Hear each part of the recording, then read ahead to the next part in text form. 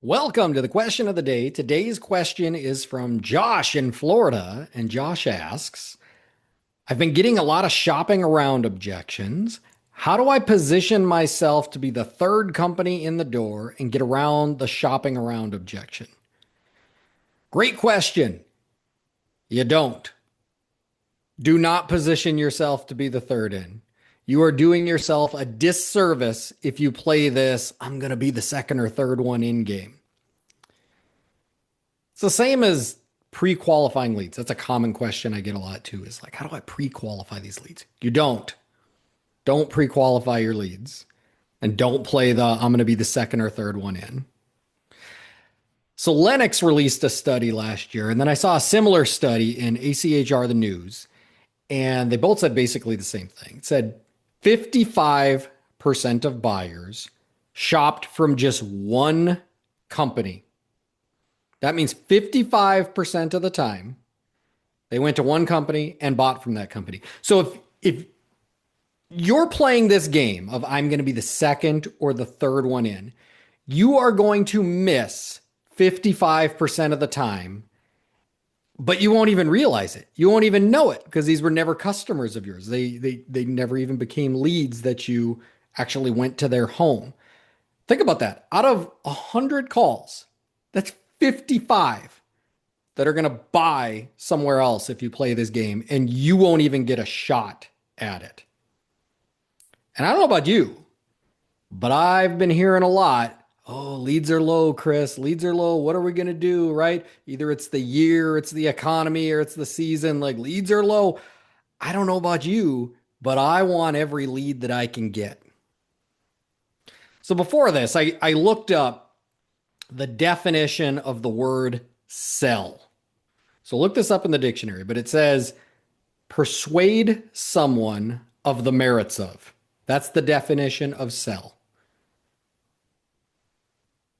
Persuade someone of the merits of.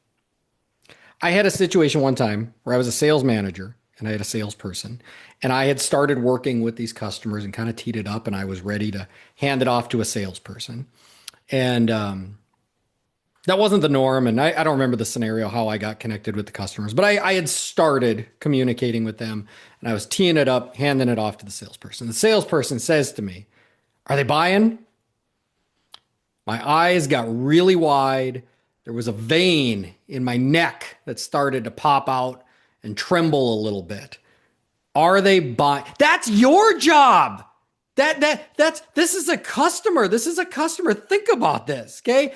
They took time out of their day, took time off of work, called us out of everybody here, and then they're having a stranger come to their home. Are they buying? That's your job. That's what a salesperson does. You persuade someone of the merits of. A good salesperson, and there's not many, right? Like there's a lot of salespeople, but really good salespeople, there's not many. But if you watch, they grab leads and they run with them. Sales can be a very high-paying job if you do it well, but unfortunately, not many do it well. So be one that does it really well. Grab those leads, run with them. This requires a skill set to build value in the company, the product you're selling, the time spent with you, and you as a person. You is the hardest one. Do they like you? You have to build all that value, and that's a skill set not a lot of people have. But this could be a very good paying job if you can do those things. And if you can do those things, you want to grab every customer that you can. So don't pre-qualify these leads. Don't play these games of like, I'm going to be second or third in, because all you're doing is you're basically playing the game. The other guys are going to be worse, and I'm just going to be, hey, I'm here, might as well do it, right? That's a great strategy. So don't play that game, because this is what your competition is doing. I don't have stats around this, but this is what I've experienced as a consumer. This is what friends of mine complain about with other companies, and this is a wide range of industries, but this happens to you too. You don't get served promptly. You make a decision, you want to buy something, you want to pursue something, but then you're not being served promptly. You can't get anybody to call you. You can't get anybody to schedule. You can't get anybody to follow up. Sometimes they schedule and then they don't show up, or they show up super, super late. Like, That's our competition. We have an opportunity to go in, be that first company in, capture 55% of those sales right there, but then set the bar for everybody else.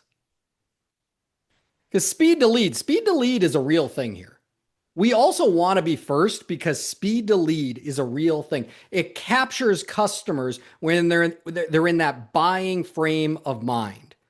They've made this decision and they can buy, they will buy if I do my job. And I don't remove all that garbage out of your head of like, they're kicking tires or they're thinking about, they're not really shopping. Like, no, they are. They're having a stranger in their home. They took time off of work. Like, there's a lot of better things they could be doing, and they're spending time with you. And so they're buying. They are, despite what they say. Okay. They're buying if I do my job.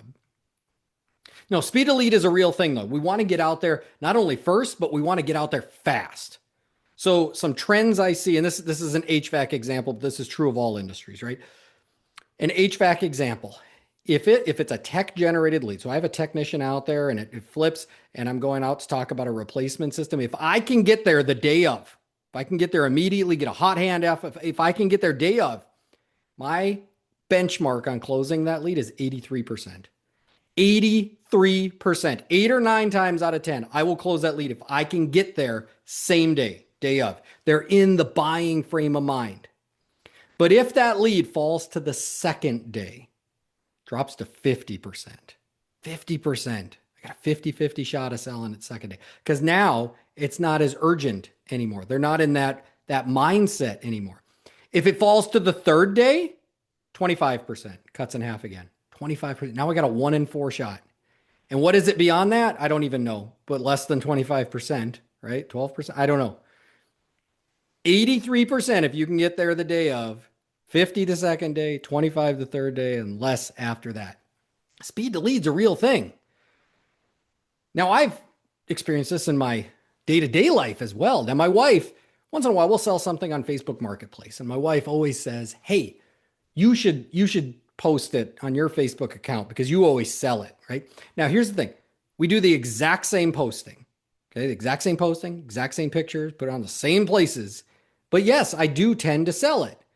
Is it because I'm a sales coach? Is it because I know some magical tricks? Well, sort of. Here's my trick, though. This is the only trick. The only thing I do different than she does.